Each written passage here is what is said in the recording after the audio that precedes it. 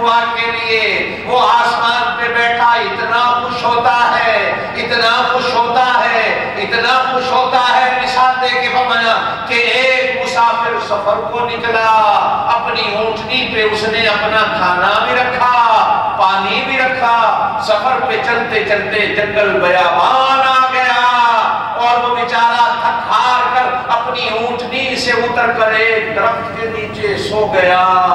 سو کے اٹھا تو اونٹنی غائب تھی، نہیں ملی، کھانا بھی اسی پہ ہے، پینا بھی اسی پہ ہے، ڈھونڈتے ڈھونڈتے تھک گیا، نہیں ملی، تو پھر اسی درخت کے نیچے آ کر اس امید پہ سو جاتا ہے کہ اب موت کے سوا کچھ نہیں، اس لیے کہ پانی بھی نہیں، کھانا بھی نہیں، آگے جنگل ہے، شیر ہیں، درندے ہیں، کیا ہوگا؟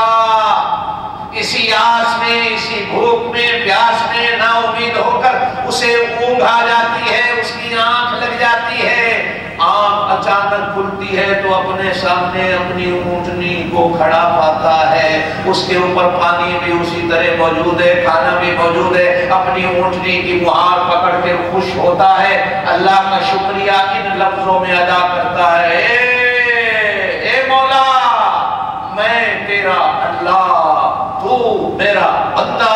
حالانکہ زبان سے غلط جملہ نکلنا یہ تھا میں تیرا بندہ، تو میرا اللہ، لیکن اللہ آسمان پہ بیٹھ کر بھی دیکھ کر خوش ہوتا ہے کہ میرے بندے کی حالت دیکھو۔ حضور پاک صلی اللہ علیہ وسلم نے فرمایا جب بندہ ہاتھ اٹھا کر دعا مانگتا ہے تو اللہ اس مسافر سے بھی زیادہ اس بندے پہ خوش ہوتا ہے کہ اسے یقین تو ہے کہ میرا بخشنے والا کوئی ہے، اسے پتہ تو ہے میرا وہ معاف کرنے والا ہے، اور وہ کون ہے؟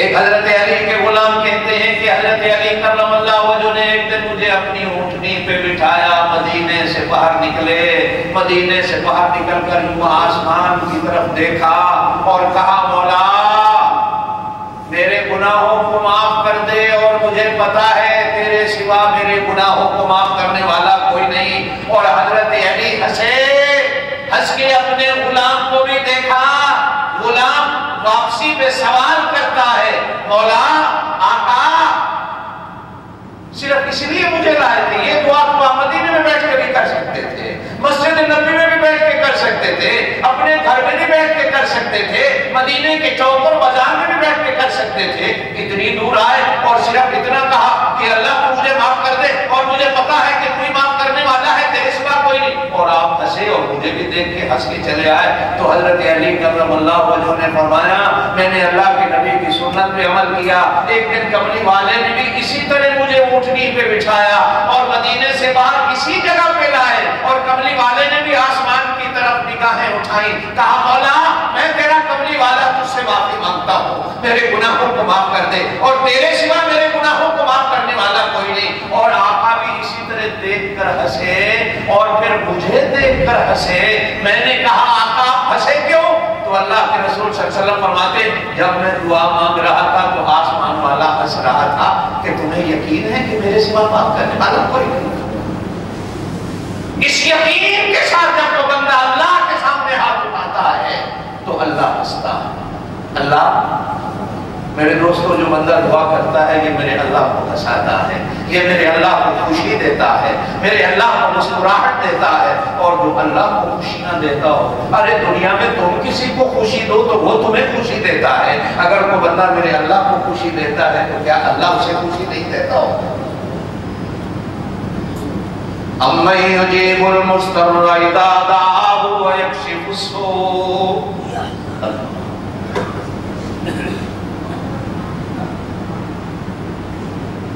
حضور پاک صلی اللہ علیہ وسلم نے فرمایا ہم قوم والوں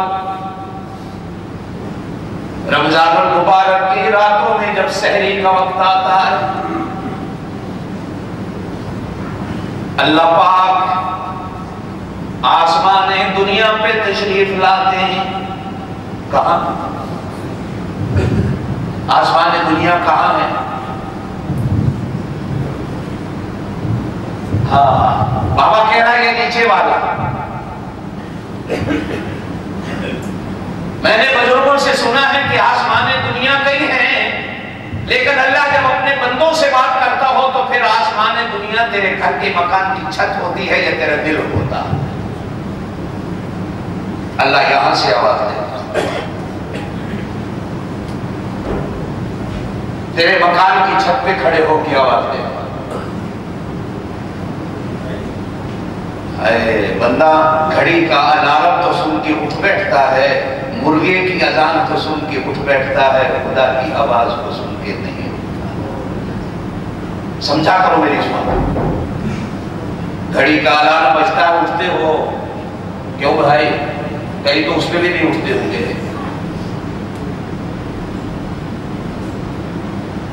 کئی بیچارے ہمارے 8 پہر کا روزہ بھی رکھ لیتے ہیں، شہری میں آنکھیں نہیں کھلتی، الارم بھی بجتا رہتا ہے تو ہاتھ رکھ دیتے ہیں، وہ بند ہو جاتا ہے، ہمارے بابے کی طرح سوئے رہ جاتے ہیں، شہری بھی رہ گئے۔ مرغا اذان کہتا ہے، زور سے بولو۔ ایک لطیفہ مجھے یاد آیا، شام کو جن لوگوں نے اپنے گاؤں میں دیہاتوں میں گھروں میں مرغیاں رکھی ہوئی ہوتی ہیں نا، تو جو مرغے کا دڑبا ہوتا ہے شام کو مرغے خود بخود اس میں بند ہو جاتے ہیں۔ ایک دن بیچارہ مرغا جو ہے وہ دڑبے میں بند ہونے سے رہ گیا، اب اندھیرا جب چھایا تو ڈرنے لگا کہاں جاؤں، تو گھر میں درخت تھا، اس نے کہا چلو درخت پہ چھلانگ لگا کے بیٹھ جاتا ہوں۔ ساری رات درخت میں گزار دی، صبح اذان کے صبح اذان، یہ بھی مؤذن ہے، یہ بھی مؤذن ہے، اور قرآن کہتا ہے فَأَذَّنَ مُؤَذِّنٌ أَيَّتُهَا الْعِيرُ إِنَّكُمْ لَسَارِقُونَ۔ ایک اور مؤذن تھا جو حضرت یوسف علیہ السلام کے قصے میں جس کا ذکر آتا ہے، ایک بلال مؤذن تھا، سب کہہ دو سبحان اللہ۔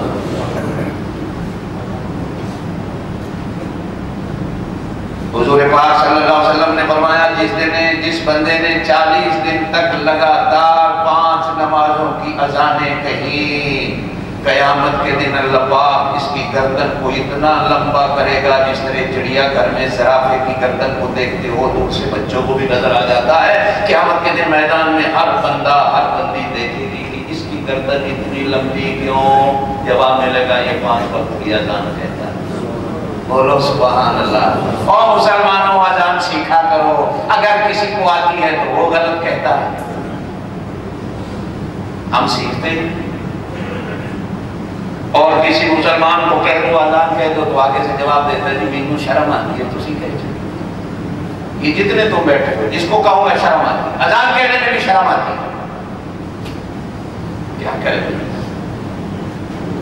اسی شرم نے ہمارے گھر برباد کر دیا۔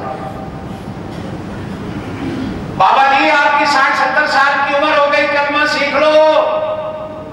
مولوی جی ہوں شرم آندی ہے، بچے کی کہنے گے 70 سال کی عمر سے کلمہ سیکھ رہے ہیں، نہیں آتا۔ اور اگر کوئی جلدی سے گاؤں میں تو ایسے کر لا الہ الا اللہ محمد پاک رسول اللہ، یہ کلمہ۔ ہمارے ملک کی ایک وزیر اعظم تھی، لوگ تو بیچارے اس کو بڑے شہید کہتے ہیں، وہ تقریر کر رہی تھی تو اذان ہو رہی تھی، تقریر میں ہی اذان شروع ہوئی مسجد سے، تو اپنی تقریر کو روک کے کہتی ہے ابھی اذان بج رہا ہے، ہم تھوڑی دیر کے بعد تقریر کرتا ہوں، ابھی اذان بج رہا ہے، آپ چپ۔ اذان بھی بجتا ہے۔ شریعت میں آتا ہے کہ درود پڑھا کرو، درود زور سے بولو، مسلمان درود گاتا ہے۔ جمعے والے دن مسجدوں میں دیکھا کرو، جمعے کے بعد سارے کھڑے ہو کے گانا شروع کر دیتے ہیں، درود گایا جاتا ہے، پڑھا جاتا ہے۔ بھائی یہی ہم سمجھاتے ہیں، درود پڑھا کرو، گایا نہ کرو۔ لوگ کہتے ہیں یہ درود کو نہیں مانتے۔ اللہ اکبر، سبحانک اللہم، اللہ کی حمد و ثنا کھڑے ہو کر کرو، الحمدللہ رب العالمین، اللہ کی تعریف کھڑے ہو کے کرو، قل هو اللہ احد، اللہ کی حمد و ثنا ہے کھڑے ہو کے کرو، اللہ اکبر، سمع اللہ لمن حمدہ، اللہ کی شان ہے کھڑے ہو کے کرو۔ جب درود کا ٹائم آتا ہے